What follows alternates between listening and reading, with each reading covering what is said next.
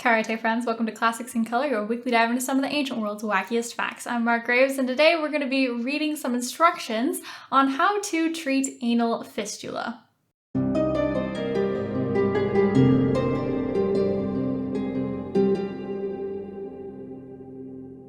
So obviously my degree is in classics, not in medicine, so I'm just going to be telling you today what ancient people thought and wrote, but I'm hoping some of you do have some experience in medicine, and I'm really excited to hear what your thoughts and reactions to this procedure are. So the passage that we're going to look at comes to us from Aulus Cornelius Celsus. Celsus lived about the 1st century AD. He was a Roman and an encyclopedist. For various reasons, encyclopedias were just the hot thing for the first few centuries of the Roman Empire. They were really popular, and Celsus's is particularly impressive. It must have been absolutely enormous, just completely comprehensive of everything you could possibly know in the ancient world.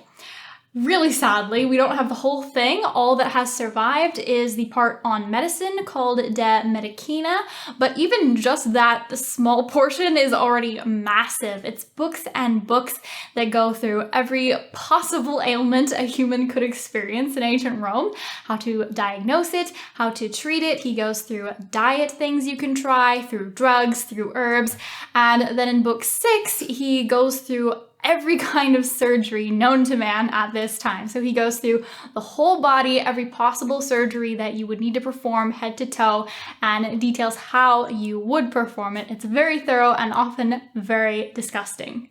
So as I said, we're going to be looking at a passage from book 6, which is all about the surgeries. And the context leading up to this point is that he has been discussing what to do with fistula. So according to Google, fistula is an abnormal connection between two body parts, such as an organ or blood vessel, and another structure. And fistulas are usually the result of an injury or surgery. So it's like a hole or a connection in your body that isn't supposed to be there. And so he's been going through what to do if you have a fistula in basically any part of the body, because obviously it can happen multiple places, and some places are much more difficult to deal with than others. And because this is Classics in Color, we're going to be looking at the passage that tells you what to do with a fistula that happens in your anus area. In these, namely the fistula in the anus, where a probe has been passed up to its end, the skin should be cut through. Next, through this new orifice, the probe is to be drawn out, followed by a linen thread which has been passed through the eye, made for the purpose in the other end of the probe.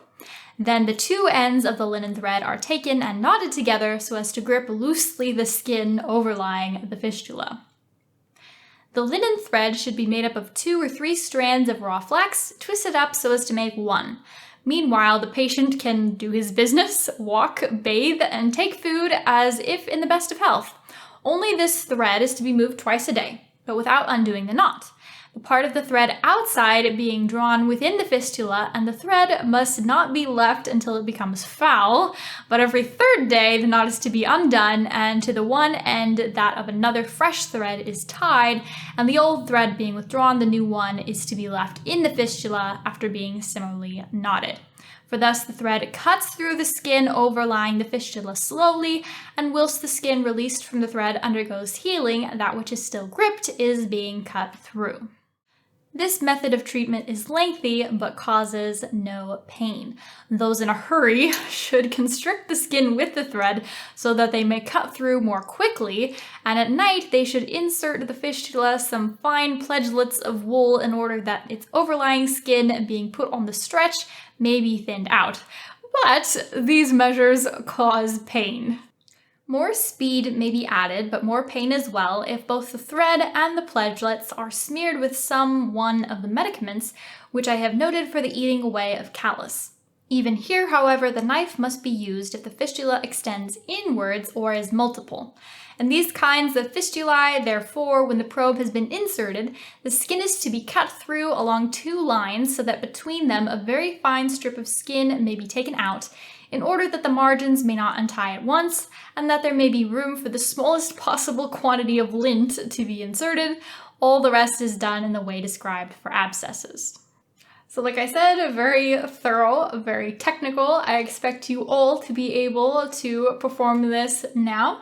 And I also expect that now you, like me, can't help but picture some poor Roman fellow wandering around trying to go about his business while there's a rope through his ass. Thanks so much for checking out this video. Like I said, I'm excited to hear your thoughts and reactions.